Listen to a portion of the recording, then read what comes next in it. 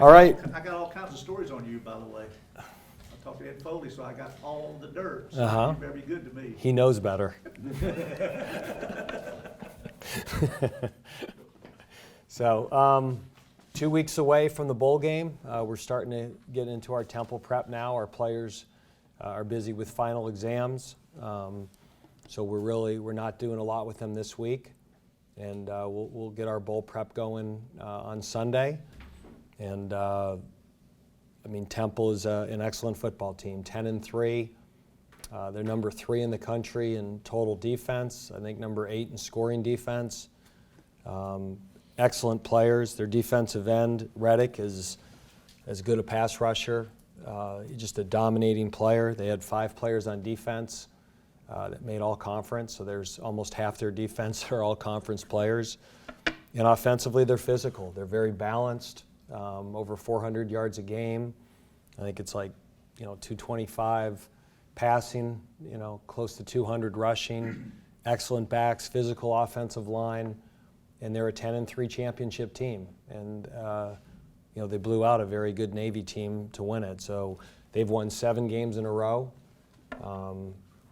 And it's going to be a real challenging game, but I think our players are excited about it. You get to a bowl game, and you're always going to play good teams, but to be able to play a nationally ranked team that won their conference championship and has double-digit wins, I think just gives it a little bit more extra juice for our guys, and it gives us a chance to play a really good opponent and a really good football team. So, again, we're looking forward to it.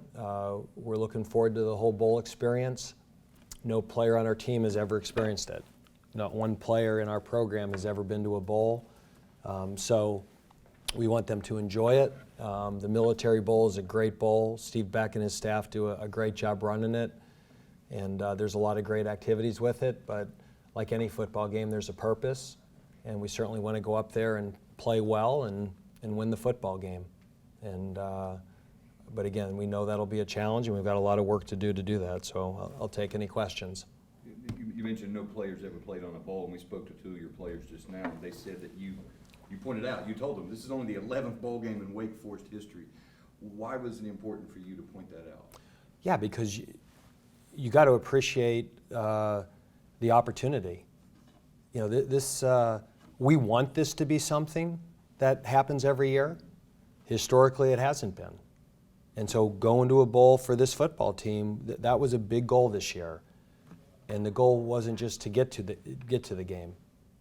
So, I didn't want them to lose focus on what they accomplished and the opportunity we have, and to make the most of it.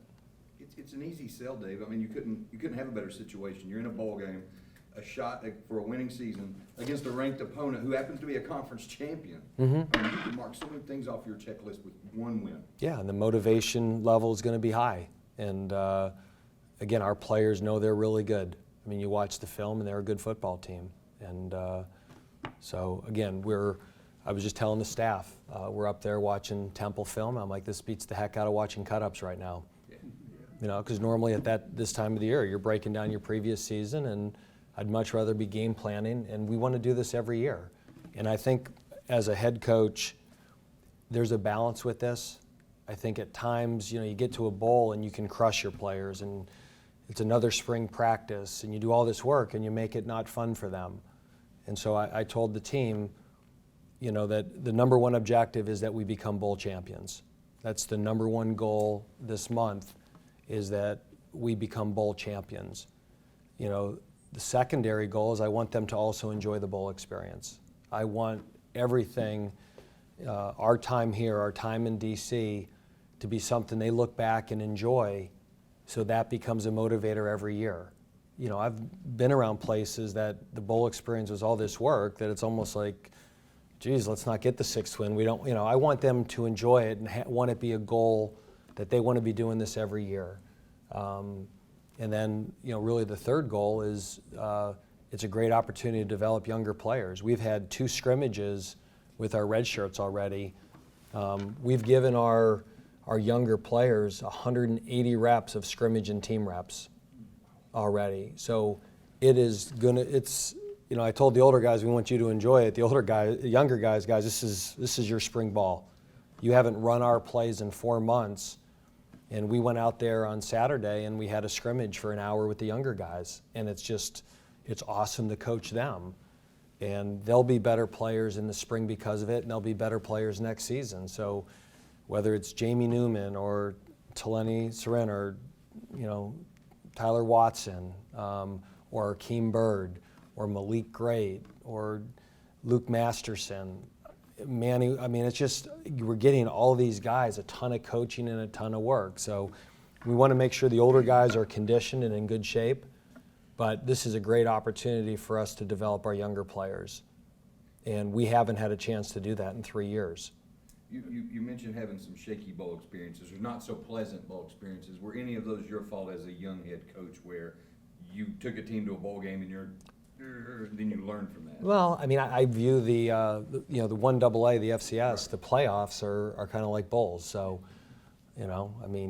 those were, every time we had a team in the playoffs, we won the first round. So those are good memories. The 2 bowl games we lost to an Idaho team late, which was a hard loss, and then we played a really good San Jose State team in 2012. That was both games were 4-quarter competitive games. When do you stop being a young head coach? I'm saying, like my first bowl game, I was, in my 40s and had been a head coach for over a decade. So, but you learn from it, and so what I did is, every year I do this, I got about 15 different, I had our Jordan Jerry, our director of football operations, call around and get everybody different bowl practice schedule. And then I called some of the head coaches and researched it, because some give them a break and then go 12 days straight before the bowl, and others will practice, then give them a break and bring them back. And everybody has a different plan with it. And I tried to find the best plan that I thought fit Wake Forest with our final schedule and our players. And a lot of it was really for the first 2 weeks, just get our guys playing football twice a week. Get them out there running plays so they don't get stale, but really invest a lot of time in what we're calling our D squad, our developmental squad. So every practice that we've gone for an hour and a half, the first hour is we're running a normal team practice and getting our vets, keeping them crisp, keeping them running football. The last half hour has been entirely devoted to the younger guys, that we get to coach them individual, inside run, skelly, do some team periods. And then on Saturdays, we've taken that group and scrimmaged them. And it's great. We're giving those guys attention, and they're going to, so not only does this help our football team win a game later this month in 2 weeks, but I think these things help develop a long-term program. I always think it's funny that the teams that win get the extra practices, and the teams that aren't good don't get to practice more. Really, those are the teams that need the practice, right? If you're really good, you don't need to practice as much. So it's in college football, the rich get richer. And so I'm glad this year we're one of the teams that get those extra practices. Should they expand it across the board? Just let everybody can practice. Well, now that we're in a bowl, I'd say no. Last year I would have said yes. You've been all for it. Last year I'd have said absolutely, everyone should be able to practice. Now that we're in one, no. So, it's like any issue, whatever's best for Wake Forest, that's what I'm for. So out of those scrimmages with the younger developmental guys, what did you see? Who stood out? Who had some outstanding performances that you were really pleased with? Well, tell you, Manny Walker can rush the passer, and Luke Masterson can tackle, and Akeem Byrd. The first scrimmage, he took a counter play and went 75 yards. And I turned to Coach Hunter and I said, I have never seen a running back here do that in 3 years. And now again, it was a developmental squad scrimmage, and he wasn't going against the starting defense, but to see him hit that seam and pew, those things get you excited. It also gets me mad that he wasn't healthy this year. A lot, and I just think the thing, Les, is that we get a chance to coach those guys. As you get into the season, those guys are running plays off of cards, and they're running other teams' offense and defensive system. And, it's fun to be able to work with those guys and engage them, and they love the work. But Brandon Chapman has had some really good plays. I think he'll help us next year. And you start looking at who you're going to replace. And, in some cases, we're getting Sang Bassey work, and we're getting Justin Stranad work in those scrimmages, because even though they played this year, they didn't play a lot. And it's just an investment of reps in our systems. So, What about Ben Singer and Gilliam? Are you getting them work in the development squad? yeah. Yeah. Yeah, those guys are getting work too, you know, because, I mean, those two guys are going to have chances to start next year, and they haven't played a lot of football. So you actually at times play more football when you're on scout than when you're on the second team. Now, what does Temple throw at you? You talked about their numerically where they stand defensively, but what specifically do they throw at you? It's hard to handle, and what kind of things are you looking to do offensively to kind of counter that? I mean, Les, it always starts with personnel. I mean, you know, we can attack any scheme if they had bad players.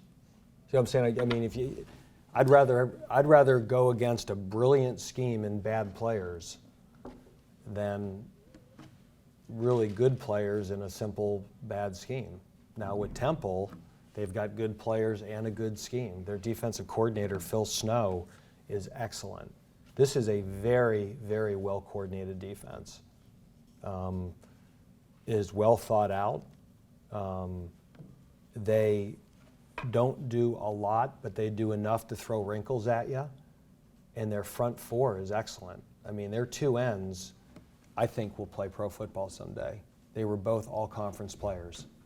Their two tackles are agile. They have depth on the D-line. Their linebackers are very instinctive. The safety, Chandler, is one of the best safeties in their conference. He was an all-conference player. So they've got good players, and they're well coached. You know, they give up less than 300 yards a game. They give up 17 points a game. And that league is known as a high-scoring league. So they're a dominating defense. They're number 3 in the country. And, I mean, you know, we've struggled to score points this year. So it's, you know, it feels like every week in this conference or we play that we're playing a top 20 defense. And I think when the year's over, we've probably played 6 of them. The defense you're describing from Temple sounds like the type of defense your team has struggled to move up the ball against this season. How concerning is that? It's going to be a challenge. You know, I mean, you know, our personnel isn't suddenly going to change. Now, I think we'll be healthier. You know, we've been down our starting quarterback most of the year, and John Wolford has played hurt the last month. So the last 2 weeks, getting John Wolford at, if you look at John Wolford when he's 100%, how he's played here, it's a lot different than when he's nicked. And we don't share during the season that he's nicked because that doesn't help us, but he played the last 3 or 4 weeks with a separated shoulder. So, you know, I mean, you know, he didn't play the Clemson game in part because of his shoulder and his knee and his ankle, and then he came back for BC and he was less than 100%. And for 2 weeks now, we've rested him and now he's 100%. So how much better are we going to be just because John's healthy? A lot, you know, and, you know, now Temple will be healthy too, you know, but for us, when you're down to your second quarterback and he's not healthy, that's a struggle for any offense. So I expect us to play better, and again, having him healthy and will certainly help us. Expect to have Glenn, Deontay Austin. We're not going to have Glenn. Cam Glenn had shoulder surgery, Yeah, I heard. so he played the BC game. He gutted it up for us. We didn't have Ryan, and he played with a separated shoulder. Wow. And I really appreciate, Cam showed a lot of toughness and a lot of heart to do that. But he was not himself, and you know, we asked him, I go, do you want to play in the bowl game, or, because Coach, I need to get this taken care of. Yeah. So we won't have him, but we think we'll have Ryan Javion.